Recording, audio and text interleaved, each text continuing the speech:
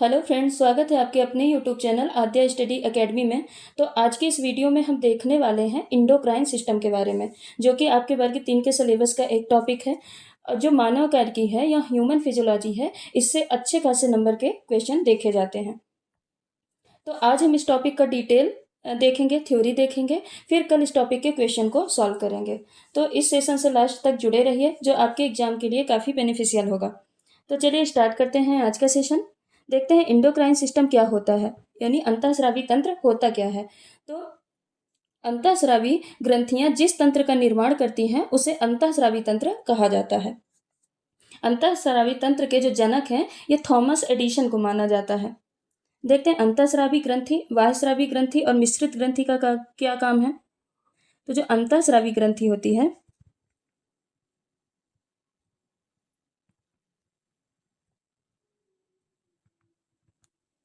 एक मिनट, जो अंतःस्रावी ग्रंथि होती है ये नलिका विहीन होती है, इसमें नली नहीं पाई जाती, ये नलिका विहीन होती है, नलिका विहीन होती हैं। इनसे हार्मोन का सिक्रेशन होता है, यानी ये हार्मोन का स्रावण करती हैं। तो अगर इनमें नली नहीं पाई जाती, कोई पाइप डक्ट नहीं पाई जाती है, तो ये हार्मोन को अंगों तक कैसे पहुंचाती हैं? तो ये हार्मोन को अंगों तक रक्त द्वारा पहुंचाने का काम करती हैं। बहिस्रावी ग्रंथि हैं, ये नलिका युक्त होती हैं, नलिका युक्त होती हैं और ये एंजाइम का स्रावण करती हैं, यह एंजाइम का स्रावण करती हैं। जैसे जो आश्रु ग्रंथि है, जो अश्रु ग्रंथि है, अश्रु ग्रंथि से आंसू निकलता है, आंसू निकलता है। लार ग्रंथि से लार का स्रावण होता है। जो मिश्रित ग्रंथि है, यह हार्मोन और एंजाइम दोनों का स्रावण करती है, एंजाइम दोनों का स्रावण करती है, इसलिए इसको मिक्स्ड ग्लैंड या मिश्रित ग्रंथि कहा जाता है। अब मिश्रित ग्रंथि में अग्नाशय, ओवरी और टेस्टिस तीनों आती हैं। इसमें पैंक्रियाज, ओवरी और टेस्टिस तीनों आती हैं। देखते हैं हार्मोन क्या होता है।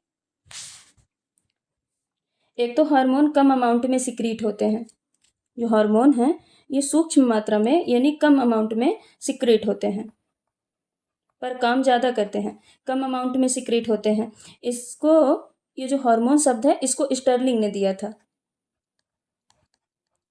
हार्मोन शब्द को स्टर्लिंग ने दिया था। इसको केमिकल मैसेंजर यानी रासायनिक संदेशवाहक कहा जाता है, रासायनिक संदेशवाहक, रासायनिक संदेशवाहक कहा जाता है। हार्मोन, जो हार्मोन है ये fatty acid, amino acid, amino acid और स्टेरॉयड के बने होते हैं। हार्मोन किनके बने होते हैं? फैटी एसिड, अमीनो एसिड और स्टेरॉयड के बने होते हैं। अब देखते हैं एंजाइम। इसको जैव उत्प्रेरक कहा जाता है, जैव उत्प्रेरक, जैव उत्प्रेरक कहा जाता है, क्योंकि यह जैव रासायनिक जो क्रिया होती है, ये जैव रासायनिक क्रिया को उत्प्रेरित करती है, जैव रासायनिक क्रिया को उत्प्रेरित करती है, इसलिए इसको जैव उत्प्रेरक कहा जाता है। एंजाइम की खोज बकनर ने की, पर नाम, खोज बकनर ने किया, खोज बकनर ने किया, पर जो नाम है, नाम कोहन ने दिया था, नाम कोहन ने दिया था। अब चलिए देखते हैं अंतःस्रावी ग्रंथियों में पहली ग्रंथि हाइपोथैलेमस के बारे में। तो इससे न्यूरो हार्मोन स्रावित होता है, जो कि पीयूष ग्रंथि पे कार्य करता है, यानी इससे जो हार्मोन स्रावित होते हैं वो पीयूष ग्रंथि पे जाके कार्य करते हैं। कार्य कहाँ करते हैं? पीयूष ग्रंथि पे जाके काम करते हैं। इसको सुपर मास्टर ग्लैंड कहा जाता है, सुपर मास्टर ग्लैंड। अब सुपर मास्टर ग्लैंड क्यों कहा जाता है? क्योंकि यह पीयूष ग्रंथि इसी के आदेश पर कार्य करती है, यानी जो पीयूष ग्रंथि है इसी को फॉलो करती है, ये जो इंस्ट्रक्शन देता है वही पीयूष ग्रंथि करती है, इसीलिए इसको मास्टर की मास्टर यानी सुपर मास्टर ग्लैंड कहा जाता है। अगली ग्रंथि है पीयूष ग्रंथि, इसको मास्टर ग्लैंड भी कहा जाता है, इसको मास्टर ग्लैंड कहा जाता है। अब मास्टर ग्लैंड क्यों कहा जाता है? क्योंकि यह दूसरी जो ग्रंथियां हैं, ये जो दूसरी सभी ग्रंथियां हैं, उनके काम को ये रेगुलेट करती है, यानी उनके कार्यों को नियमित करती है, इसीलिए इसको मास्टर ग्लैंड कहा जाता है। और ये किसके इंस्ट्रक्शन को फॉलो करती है? ये हाइपोथैलेमस की इंस्ट्रक्शन को फॉलो करती है, इसीलिए हाइपोथैलेमस को सुपर मास्टर ग्लैंड कहा जाता है। ये मटर के दाने के आकार के समान होती है। इसका आकार कैसा होता है? मटर के दाने के समान होता है। मटर के दाने के समान होता है। वजन लगभग 0.6 ग्राम के आसपास होता है। इसको शरीर की दूसरी सबसे छोटी ग्रंथि कहा जाता है। दूसरी सबसे छोटी ग्रंथि। दूसरी सबसे छोटी क्यों कहा गया? क्योंकि जो सबसे छोटी ग्रंथि है वो पीनियल ग्रंथि को माना गया है। अब पीयूष ग्रंथि का कार्य है कि यह जो नेचर है, यानी स्वभाव, स्वास्थ्य, वृद्धि और लैंगिक क्रिया को नियंत्रित करता है। जो नेचर हो गया, स्वभाव, स्वास्थ्य यानी हेल्थ, स्वास्थ्य, ग्रोथ, इनको रेगुलेट करने को, इनको कंट्रोल करने का काम कौन करती है? पीयूष ग्रंथि करती है। अब पीयूष ग्रंथि से कुछ हार्मोन स्रावित होते हैं। तो जो पहला हार्मोन है ग्रोथ हार्मोन, जिसको बोलते हैं एसटीएच, सोमैटोट्रोपिक हार्मोन या ग्रोथ हार्मोन भी इसी को बोलते हैं। ग्रोथ हार्मोन कहा जाता है। इसकी कमी से अब ये क्या अब ग्रोथ हार्मोन नाम से ही क्लियर है कि ये जो शरीर की सामान्य वृद्धि होती है उसको मेंटेन करता है, उसको संतुलित करने का काम करता है। तो इसकी कमी से क्या होता है? इसकी कमी से बौनापन हो जाएगा। बौनापन यानी अगर ग्रोथ हार्मोन कम निकलेगा तो व्यक्ति बौना रह जाएगा। कमी से बौनापन हो जाएगा। और अधिकता से भीमकायता हो जाती है। भीमकायता, जिसको गिगैंटिज्म भी कहा जाता है। इसमें जो शरीर का विकास है वो सामान्य से बहुत ज़्यादा हो जाता है। इसमें शरीर का विकास बहुत ज़्यादा हो जाता है, जिसको गिगैंटिज्म कहा जाता है। और एक और बीमारी होती है जिसको बोलते हैं एक्रोमिगैली। एक्रोमिगैली में जो व्यक्ति की टांगे एवं हाथ हैं ये लंबे हो जाते हैं और चेहरा बिल्कुल जैसे गोरिल्ला है, गोरिल्ला के जैसे हो जाता है। हाथ और पैर तो लंबे हो जाते हैं, हाथ पैर लंबे हो जाएंगे पर चेहरा गोरिल्ला के जैसे हो जाता है। चेहरा गोरिल्ला के जैसे हो जाता है। इससे निकलने वाला दूसरा हार्मोन कौन सा है? Oxytocin hormone.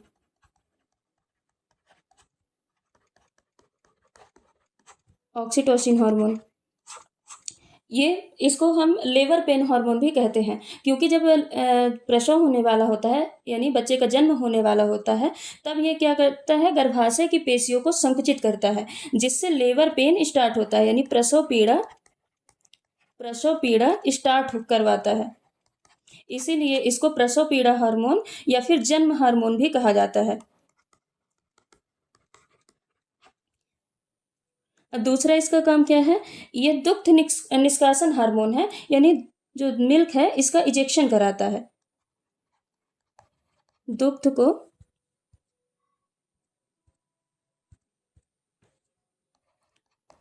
को निष्कासित करता है, यानी निकालता है।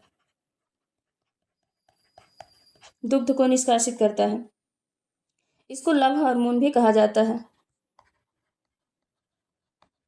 अब लव हार्मोन इसलिए कहा जाता है क्योंकि ये माता और बच्चों के बीच जो प्रेम है उसको बढ़ाता है, इसीलिए इसको लव हार्मोन कहा जाता है। अगला पीयूष ग्रंथि से निकलने वाला हार्मोन कौन सा है? Prolactin hormone.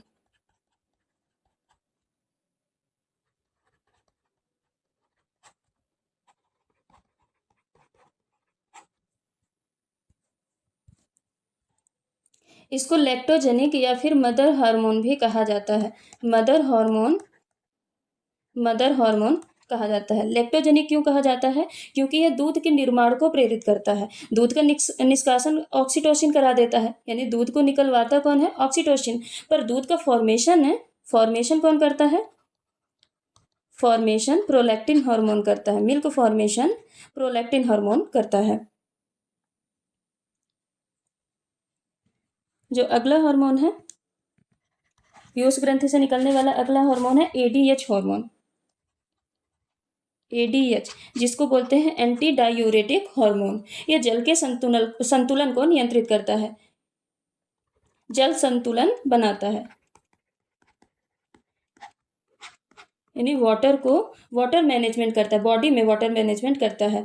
कभी कभी इस हार्मोन की कमी से जो शरीर में जल की मात्रा है वो बढ़ जाती है। अगर इसकी कमी हो गई तो शरीर में जल की मात्रा, बॉडी में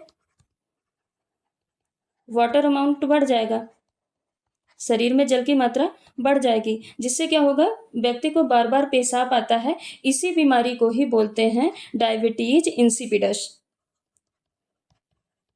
डायबिटीज इंसिपिडस, यानी जो ADH है ये जल के संतुलन को बनाता है। तो अगर इसकी कमी हो गई तो बॉडी में जो वाटर का अमाउंट है यानी जल की मात्रा है वो बढ़ जाएगी, तो व्यक्ति को बार बार पेशाब आएगा। इसी बीमारी को ही डायबिटीज इंसिपिडस कहा जाता है। अब जैसे जो व्यक्ति चाय है, कॉफ़ी, विस्की इनको लेते हैं, यानी ज़रूरत से ज़्यादा लेते हैं, तो उनमें ही ADH का जो सिक्रीशन है वो कम होने लगता है। जो व्यक्ति चाय ज़्यादा पिए, कॉफ़ी ज़्यादा पिए या फिर विस्की ज़्यादा पिए, तो उनमें जो ADH है ये ADH कम सिक्रीट होता है, जिससे कि उस व्यक्ति को बार बार पेशाब लगता है। अगला पीयूष ग्रंथि से निकलने वाला हार्मोन है TSH हार्मोन, जिसको बोलते हैं थायराइड स्टिमुलेटिंग हार्मोन। ये थायराइड ग्रंथि को रेगुलेट करने का काम करता है। TSH का काम क्या है, ये थायराइड ग्रंथि को रेगुलेट करता है। जो अगला हार्मोन है ये है follicle stimulating hormone, FSH, follicle stimulating hormone. ये क्या करता है, स्पर्म और ओवम के निर्माण को प्रेरित करता है, यानी स्पर्म ओवम का फॉर्मेशन कराता है, स्पर्म ओवम का फॉर्मेशन कराता है। जो अगला पीयूष ग्रंथि से निकलने वाला हार्मोन है वो उसको बोलते हैं LH, यानी ल्यूटेनाइजिंग हार्मोन। ये टेस्टोस्टेरोन का स्रावण करता है। जो पुरुषों में टेस्टोस्टेरोन हार्मोन होता है, टेस्टोस्टेरोन हार्मोन होता है, इसका स्रावण कराता है। अगला पीयूष ग्रंथि से निकलने वाला हार्मोन है ACTH। इसका पूरा नाम क्या है, एड्रिनोकोर्टिकोट्रोपिक हार्मोन। ये एड्रिनल ग्रंथि को सही, जैसे TSH थायराइड ग्रंथि को सही से काम करने के लिए प्रेरित करता है, वैसे ACTH ये एड्रिनल ग्रंथि को सही से काम करने के लिए प्रेरित करता है। जो एड्रिनल ग्रंथि है, एड्रिनल ग्रंथि है इसको मेंटेन करता है, यानी इसको सही से काम करने के लिए प्रेरित करता है। पीयूष ग्रंथि से निकलने वाला अगला हार्मोन है MSH, जिसको बोलते हैं मिलेनोसाइट स्टिमुलेटिंग हार्मोन।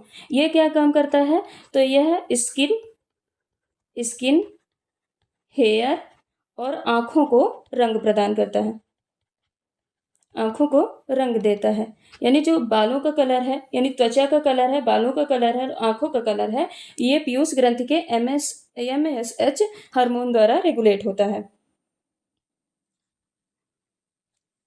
अगली जो ग्लैंड है पीनियल ग्रंथि, ये सबसे छोटी ग्रंथि मानी जाती है, मानव शरीर की सबसे छोटी ग्रंथि होती है, सबसे छोटी ग्रंथि होती है। इसको मस्तिष्क की तीसरी आंख, यानी इसको तीसरी आंख, ब्रेन की तीसरी आंख भी कहा जाता है। तीसरी आंख क्यों कहा जाता है, क्योंकि ये बॉडी क्लॉक को कंट्रोल करती है। जैसे अगर हम कोई भी काम 21 दिनों तक लगातार करते रहते हैं तो फिर ये उसकी आदत पड़वा देती है, यानी हैबिट फॉर्मेशन का काम करती है। अगर हम रोज़ सुबह 6 बजे 21 दिन तक लगातार उठते हैं तो हमारे 22वें दिन अपने आप ही आँख खुल जाएगी, यानी ये एक हैबिट का फॉर्मेशन कर देगी, यानी एक बायोलॉजिकल क्लॉक सेट कर देगी कि नहीं इतने बजे उठना है। इसीलिए इसको जैविक घड़ी भी कहा जाता है, जैविक घड़ी भी कहा जाता है। अब ये अंधेरे में ज़्यादा काम करती है। अगर तेज प्रकाश है, ये तेज लाइट है, तेज प्रकाश है, तो ये कम सिक्रीट होगी, पीनियल ग्रंथि से जो हार्मोन निकलता है। और अगर धीमा प्रकाश है तो जो पीनियल ग्रंथि से हार्मोन निकलते हैं वो ज़्यादा सिक्रेट होते हैं, यानी ये ज़्यादा अंधेरे में काम करते हैं। इससे निकलने वाले दो हार्मोन हैं, एक है मिलेटोनिन और एक है सेरोटोनिन। मिलेटोनिन हार्मोन निकलता है और एक सेरोटोनिन हार्मोन निकलता है। जो मिलेटोनिन हार्मोन है ये नींद के लिए जिम्मेदार है और यही ज़्यादा अंधेरे में काम करता है। इसीलिए जब हम लाइट बंद करते हैं तो हमको ज़्यादा नींद आती है, यानी ये अंधेरे में मिलेटोनिन एक्टिव होता है जो कि नींद के लिए जिम्मेदार होता है। और जो सेरोटोनिन है ये हैप्पीनेस के लिए जिम्मेदार होता है। और जो पीनियल ग्लैंड है ये जो सर्केडियम रिदम है उसको भी नियमित करती है।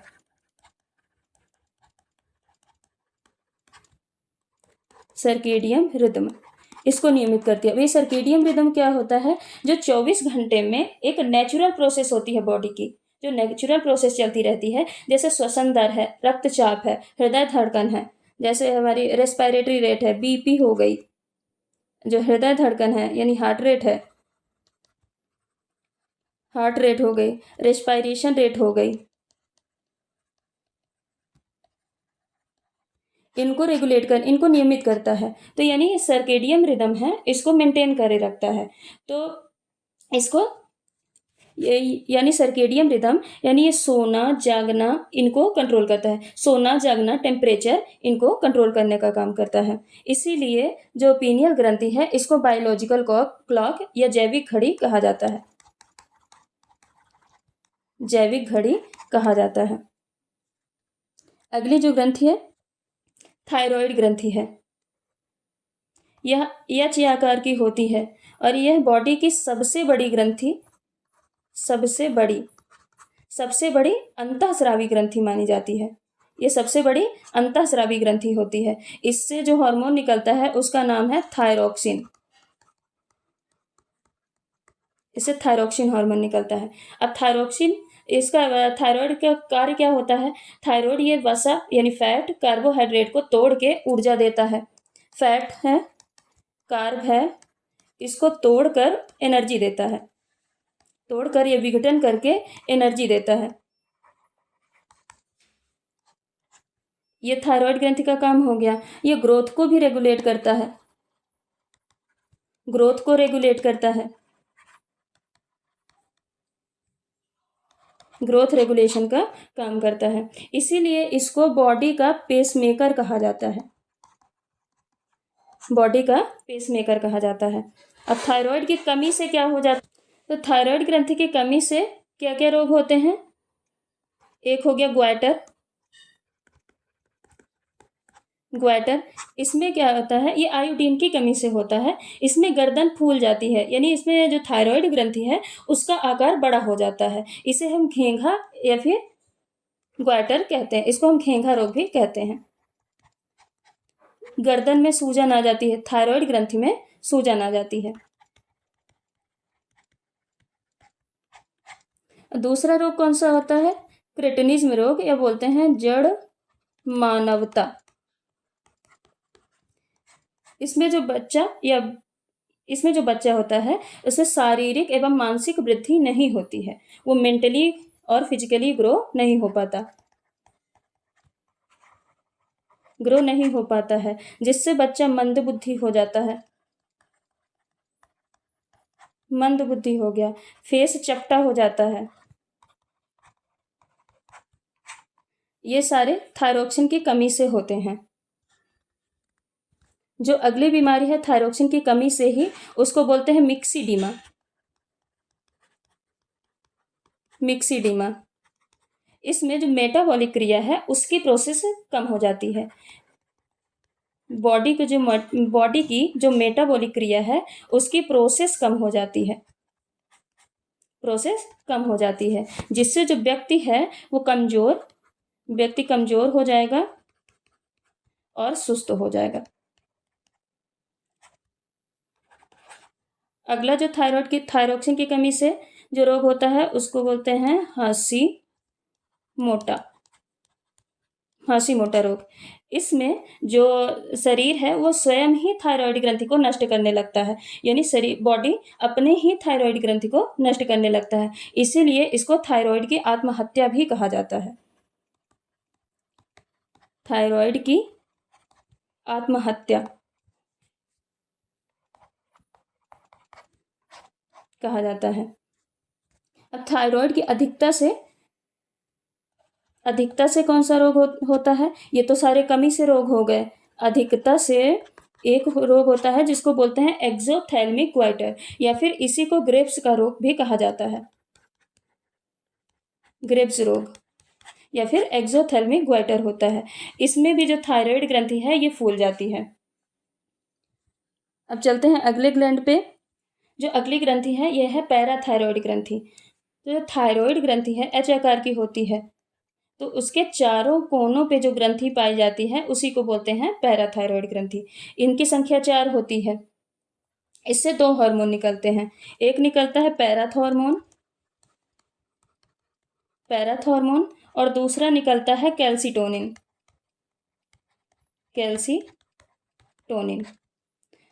पैराथॉर्मोन है, अगर बॉडी में, इसको कॉलिक हार्मोन भी कहा जाता है। कॉलिक हार्मोन, इसका काम है, पैराथॉर्मोन का काम ये है कि अगर बॉडी में कैल्शियम की कमी होती है, अगर बॉडी में कैल्शियम कम हो गया तो ये विटामिन के साथ मिलके कैल्शियम का फॉर्मेशन करने लगता है। फॉर्मेशन कराता है। ये पैराथॉर्मोन का काम है कि इसको कॉलिक हार्मोन बोलते हैं। अगर बॉडी में कैल्शियम, बाई चांस कैल्शियम की कमी हो गई तो यह विटामिन के साथ मिलकर कैल्शियम का फॉर्मेशन कराएगा। इसके कमी से पैराथॉर्मोन की, कलर चेंज कर लेते हैं, कमी से टिटैनी हो जाएगा। टिटैनी, इसमें बॉडी अकड़ जाती है, जकड़न होती है, ऐठन होती है, कंपन होती है, यानी बॉडी अकड़ जाती है कमी से। और अधिकता से ऑस्टियोपोरोसिस हो जाता है। ऑस्टियोपोरोसिस में हड्डियां जो हैं वो गलने लगती हैं, हड्डियां कमजोर हो जाती हैं, गलने लगती हैं या फिर भंगुर हो जाती हैं। कैल्सिटोनिन का काम क्या है?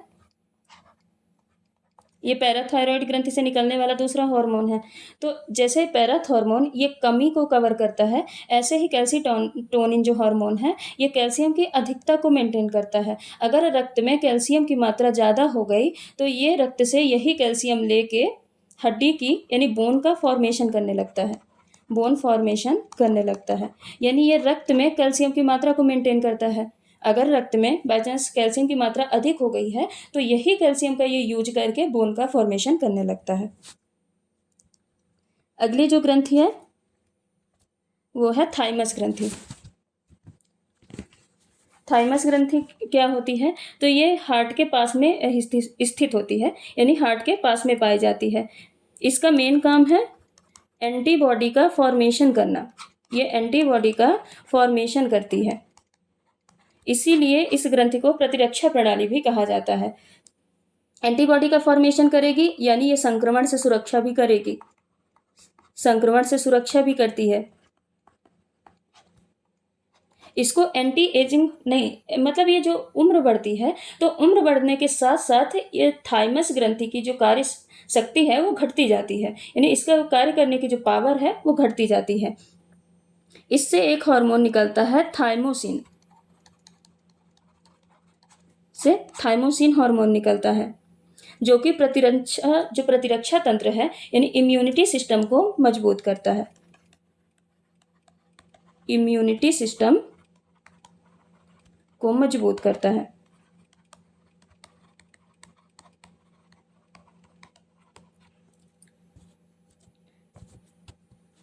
अब जो वृद्ध होते हैं यानी जो बुजुर्ग होते हैं उनमें थाइमोसिन हार्मोन का स्रावण कम होता है, थाइमोसिन हार्मोन कम निकलता है, जिससे उनकी इम्यूनिटी पावर कमजोर होती है। ये बच्चों की इम्यूनिटी पावर सबसे ज़्यादा होती है। बच्चों की इम्यूनिटी पावर, जो 10 से 12 साल के बच्चे होते हैं उनकी इम्यूनिटी पावर सबसे ज़्यादा होती है, न्यू बॉर्न की नहीं। जो 10 से 12 साल के बच्चे हैं, जो 10 से 15 साल ले लेते हैं, जो 10 से 15 साल के बच्चे होते हैं उनकी इम्यूनिटी पावर सबसे ज़्यादा होती है, क्योंकि जो थाइमस ग्रंथि है उसका आकार सबसे ज़्यादा किसका होता है? 10 से 15 साल के बच्चों में होता है। अगर देखा जाए तो जन्म के समय जो बच्चे हैं, जन्म के समय वाले बच्चों की जो थाइमस ग्रंथि है वो लगभग 10 से 12 ग्राम की होती है, 10 से 12 ग्राम की। और जो 10 से 15 साल यानी जो युवा बच्चे हैं उनकी थाइमस ग्रंथि 20 से 30 ग्राम की होती है। और जो बुजुर्ग हैं यानी बूढ़े हैं, तो बूढ़ों की थाइमस ग्रंथि लगभग 3 से 6 ग्राम की ही रह जाती है। इसीलिए जो बूढ़े हैं उनकी इम्यूनिटी पावर, अब थाइमस ग्रंथि का आकार छोटा हो गया जिससे थाइमोसिन का सिक्रेशन भी कम होगा, तो बूढ़ों की जो इम्यूनिटी पावर है वो कम होती है। और जो युवा बच्चे हैं यानी 10 से 15 साल के जो बच्चे होते हैं उनकी इम्यूनिटी पावर सबसे ज़्यादा होती है। तो चलिए आज के लिए बस इतना ही। अगर आपको ये वीडियो पसंद आया है तो लाइक करें, शेयर करें, सब्सक्राइब करें और नोटिफिकेशन के लिए बेल आइकन को प्रेस करना न भूलें। Thank you.